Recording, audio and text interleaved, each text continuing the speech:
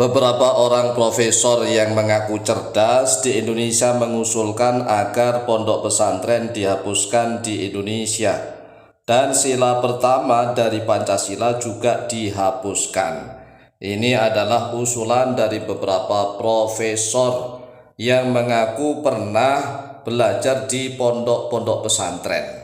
Tetapi para profesor ini justru mengusulkan agar pendidikan pondok pesantren di Indonesia dihapuskan saja karena agama menjadi biang kerok permasalahan, tidak relevan lagi dengan perkembangan zaman. Tetapi profesor-profesor yang ngomong seperti itu bukan profesor yang fotonya kita gunakan sebagai thumbnail. Jadi foto profesor yang jadi thumbnail itu hanya sebagai ilustrasi saja. Karena banyak sekali nih ternyata di media sosial yang mengaku sebagai profesor-profesor Islam yang bahkan mengaku pernah belajar ilmu agama di pondok-pondok pesantren, tetapi justru menginginkan agar lembaga pondok pesantren di Indonesia dihapuskan saja. Dan kalau bisa nih sila pertama dari Pancasila, yaitu ketuhanan yang Maha Esa, dihapuskan saja. Lalu bagaimana menurut rakyat Indonesia? Bagaimana menurut kalian nih?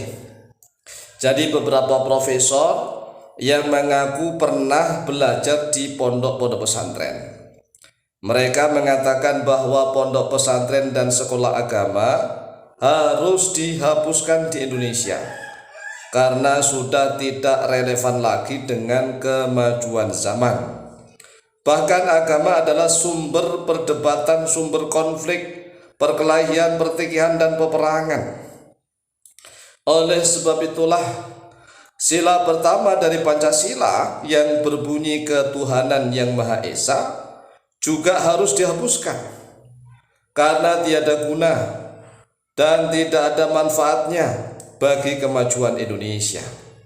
Nah, pernyataan-pernyataan ini kan sudah banyak beredar di media sosial, dan kami menemukan beberapa video ada profesor yang ngakunya pernah belajar di pondok pesantren, tetapi justru menuduh bahwa lembaga pondok pesantren itu sudah nggak relevan lagi dengan perkembangan zaman, dengan kemajuan zaman yang begitu pesat.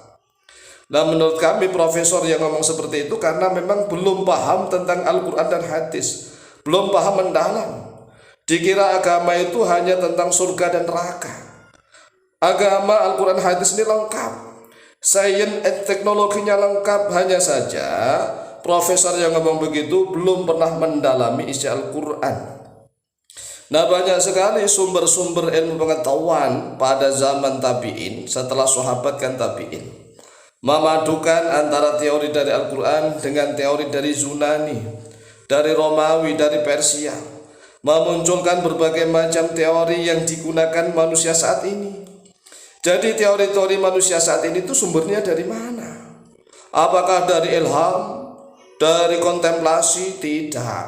Sudah ada teori-teori sebelumnya, hanya saja umat Islam setelah kalah perang salib sampai sekarang dedel duel.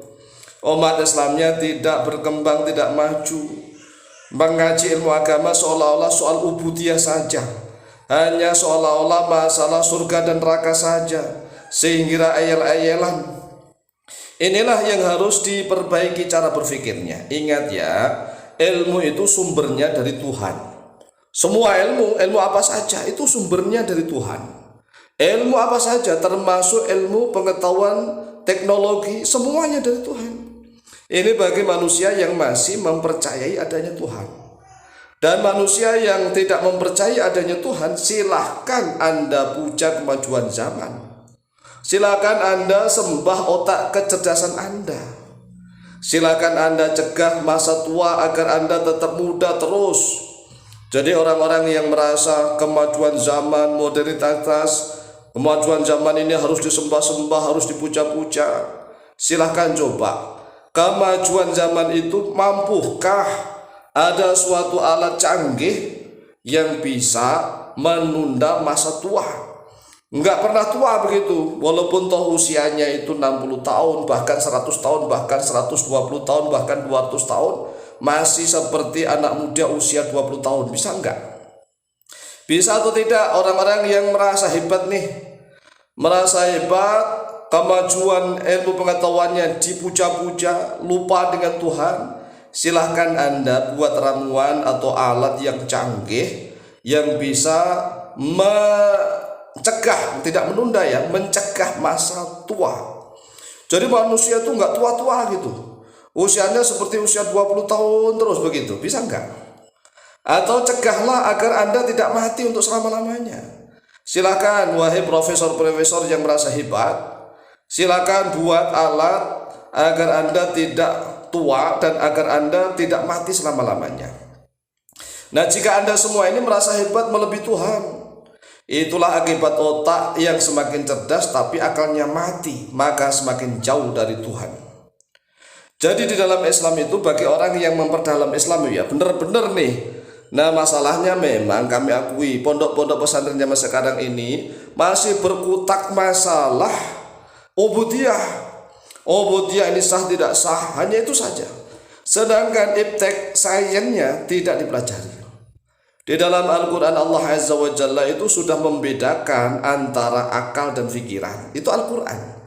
Di dalam surat Al-Hajj Allah Azza wa Jalla mengatakan afalam yasiru fil ardi fatakuna lahum qulubu ya'qiluna biha. Yang bisa berakal itu kalau menurut Al-Quran adalah qulub. Qulub itu hati. Jadi hati ini adalah letaknya akal. Nah, hati itu berada di dada. Sedangkan kalau pikiran itu letaknya di otak. Otak itu di kepala. Coba bayangkan orang-orang profesor-profesor dokter yang mengaku cerdas-cerdas, jangan-jangan mereka ini belum bisa membedakan antara akal dan pikiran. Mereka masih termakan ilmunya orang barat yang mengatakan bahwa akal dan pikiran itu sama saja. Ini karena kebodohannya, tidak tahu tentang Al-Quran. Nah, akal itu kalau menurut Al-Quran yaqiluna biha itu qulub. Jadi hati inilah yang bisa berakal. Sedangkan pikiran itu letaknya di otak, otak itu di kepala. Pikiran ini semakin cerdas, tetapi kalau akalnya tidak diasah, orang itu seperti Yahudi Nasrani. Mereka cerdas-cerdas otak intelektualitasnya, tetapi spiritualnya kosong melompong. Karena apa? Karena khatamallahu ala qulubihim. Allah sudah mengunci mati hati mereka. Kalau hatinya itu dikunci mati, berarti akalnya mati. Keimanannya tidak bisa memandang kebesarannya Tuhan Allah Jalla Jalaluh. Demikianlah tanggapan kami, semoga manfaat dan barokah, dan silakan di-share sebanyak-banyaknya. Wallahu ta'ala a'lamu bishawab.